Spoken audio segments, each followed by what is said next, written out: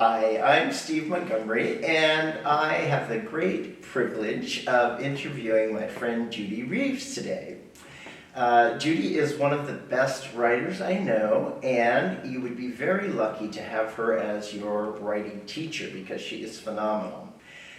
Judy has written 2 books focused on the craft of writing, A Writer's Book of Days and Writing Alone, Writing Together.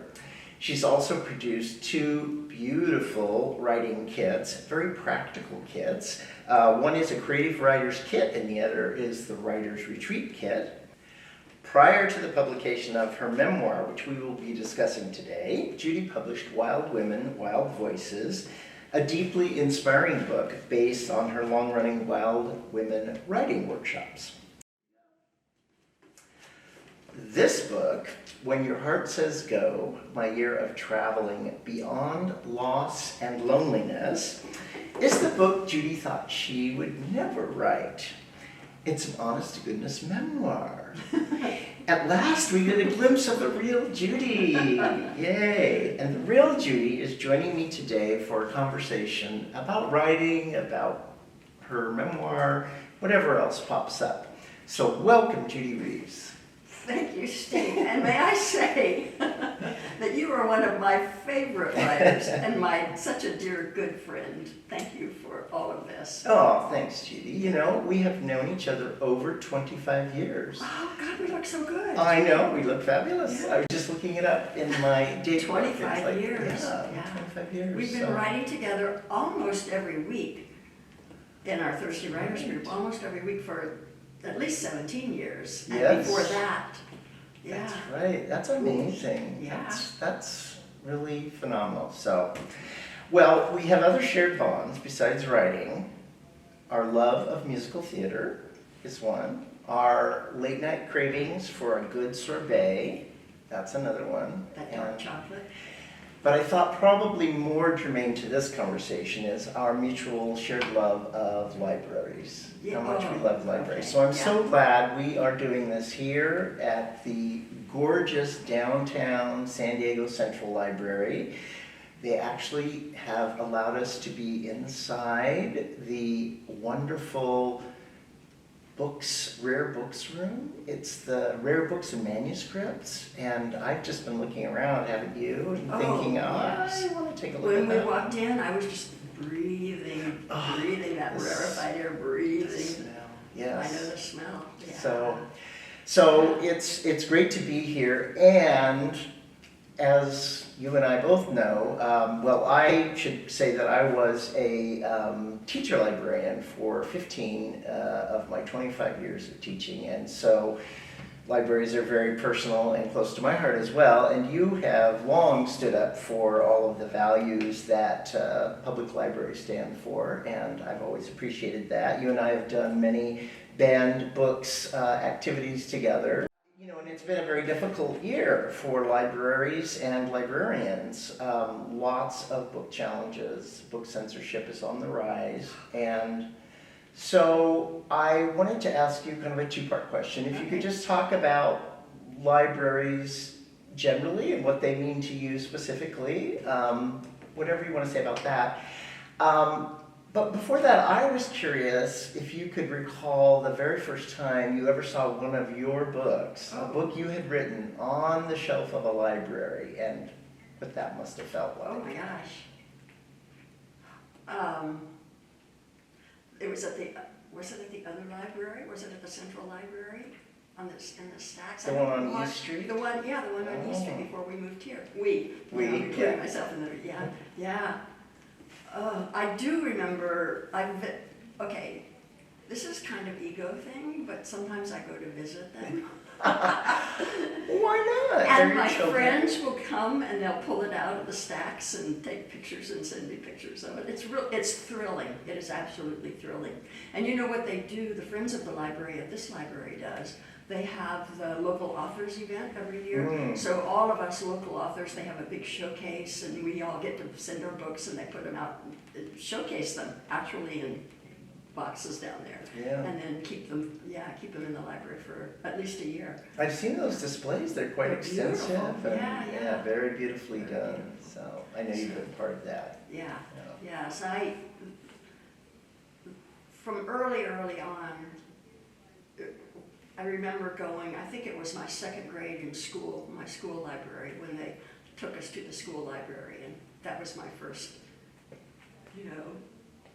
because my mother always had us with children's book clubs and all that, so I grew up with books in my home, but then going to the library, and it was like, wow, you could choose any of them, and you could take them, and it didn't cost anything. You had to bring them back, but, yeah. Yeah, I've heard it attributed to Keith Richards of the Rolling Stones, I don't know if that's accurate, but that he called libraries the great equalizer because of that. It's free and anyone is able to walk into a library and check out a book. So. Yeah, so yay for libraries and librarians. Yeah. Well, and I just wanted to point out the American Library Association, I'm looking at my notes, tracks the number of book challenges each year. And I was just reading that last year, 2022, was the highest number of attempted book bans since the ALA began compiling their statistics more than 20 years ago. So what are your thoughts? I know many of them, but I'd like to hear, especially right now where we're sitting at this moment, what are your thoughts about these continued and increasing attempts to try to ban books from libraries? Well, not only increasing attempts to ban books, but to actually cause violence in libraries, to threaten librarians. Librarians have lost their jobs because they insisted on stacking books. That this is what we do. We have these books available, and see, I told you she has a great passion for it. I have a deep passion for it. Honestly, I do, and so I think for those of us who love books, who write books, who read books, I think it's important for us to continue to make noise. I'm glad for the ALA's Ban Books Week every year that they do that and that noise is made about it, and I think it's important for us to continue to do that.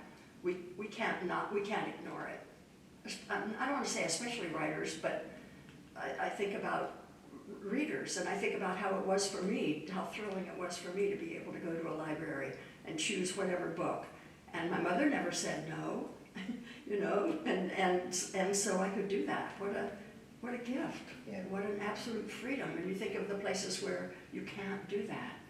So Absolutely. we must protect that.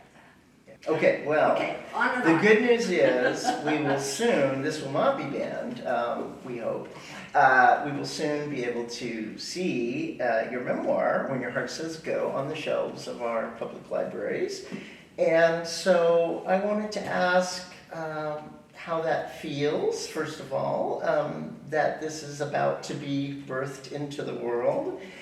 And also, I was just curious about the feeling that you had that said, this is the chapter in my life that is standing up and saying, write about me, write about me. Why this moment? Tell us a little about the story that you wrote and why that moment you think came bubbling up. When it came, yeah. The book takes place, chronologically speaking, in 1990, 1991, when I took a trip around the world. I sold everything. My husband had died, and I was alone for the first time since pre-college days, and so I didn't know what I was going to do with myself. I sold everything, bought an around the world airline ticket, and was gone. I had intended to be gone for a year. I was gone for 7 months. Inside that outside story of the traveling is the story of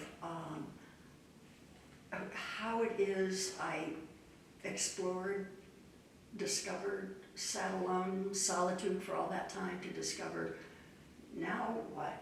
Now who am I? Mm-hmm. Now what am I going to do now? What's the next for me? I met a woman, Katimati, in Hungary, And she says, well, couldn't you just stay home and do that? And I think the reason I couldn't stay home and do that is because I, like so many other people, have a tendency to get really, really busy. To get really busy, and when I'm really busy, I'm not quiet and listening to myself. And I needed that solitude where I traveled and I didn't know anyone, to be still, to write in my journal, a lot of journal writing, and to ask myself questions, to scratch around, discover, uncover, recover. Yeah. So that's what's in the book. Well, I'm often coming back to one of the things that's on the back of the book is one of the writers who read your book and wrote about it was Christina Baldwin, who's a writer and teacher as well. I found her first during the journaling, Yeah. And she spoke about this memoir as being, well, let me just read her quote because I think she says it well. She says, Reeves's contributions as a teacher of the writing life are known to thousands. This is her origin story. And I really loved that. It made me think a lot about origin story, and we've talked about that it was a catalyst for what would come later in your life. So you return from this experience that you write about in the memoir, and there is an epilogue at the end that gives us a little glimpse into that life that came after the journey. But I'm wondering if you can, I sort of like those moments of epiphany. Take us back to that bathtub. You're back in San Diego. Go to the bathtub. Okay. Well, we're friends, but probably, yeah. Sorry. But you write about it very sensuously in the book. I love, that's one of the things I love about your writing is it's very sensuous. I feel and smell and hear and experience everything through your writing. And that was just such a great scene because I'd actually heard the story before, but then it was so great to read about it. But so you're back from this journey that is described in the memoir. You're in San Diego again, and you're drawing a hot bath. You're kind of imagining you're back in Paris, and you're lighting some candles. So the scene is set, and you lower yourself into the tub, and what happens?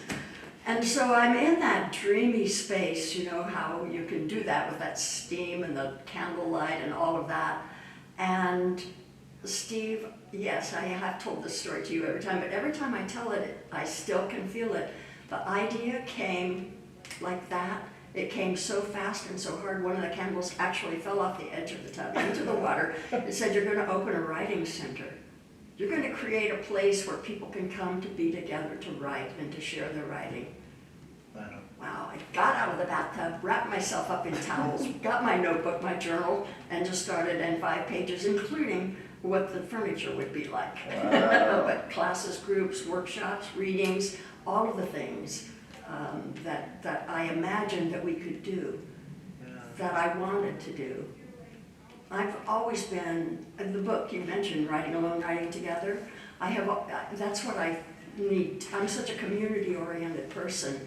Even from the early days of writing with my best friend Betty up in my treehouse, we're writing our stories up there together. But, you know, starting writing groups and being always writing in community, there's some kind of magic that, well, you know, because we've shared Thursday Writers among other groups, you know, that happens in community when we share. I call it a holy space, a sacred space where we're all writing together. And yes, we're going there alone, but there's also something of the energy, there's something of the connection that flows around us, and I think, and there's sometimes we can even feel it, hear it, experience it in the synchronicity of, you know, we give a prompt, and this person writes about this, and this person, they don't have anything to do with each other, but all of a sudden, here's this one and this one, they're both writing about how many, the roots of the aspen trees in Colorado. What does that have to do with anything? But there is that magic that happens when creative people committed to their work and being open, that magic happens. And that happened to me in that bathtub that night, I think. And in fact, that's what happened and why I even took that trip to start with. It's just the idea came, you know. Yeah. Go. Well, Judy, it has been such a pleasure to speak with you about this wonderful memoir, When Your Heart Says Go, My Year of Traveling Beyond Loss and Loneliness. And I know that this is going to air, I don't know when this is going to air, but if it's before, I know that you have your big book launch at the San Diego Public, right here. At San Diego Public right across the Library. way over there. Central, Special right on the Events ninth Center. floor, October 21st Yes. at 4 4 o'clock. p.m. So if you're seeing this before that, I hope you can come.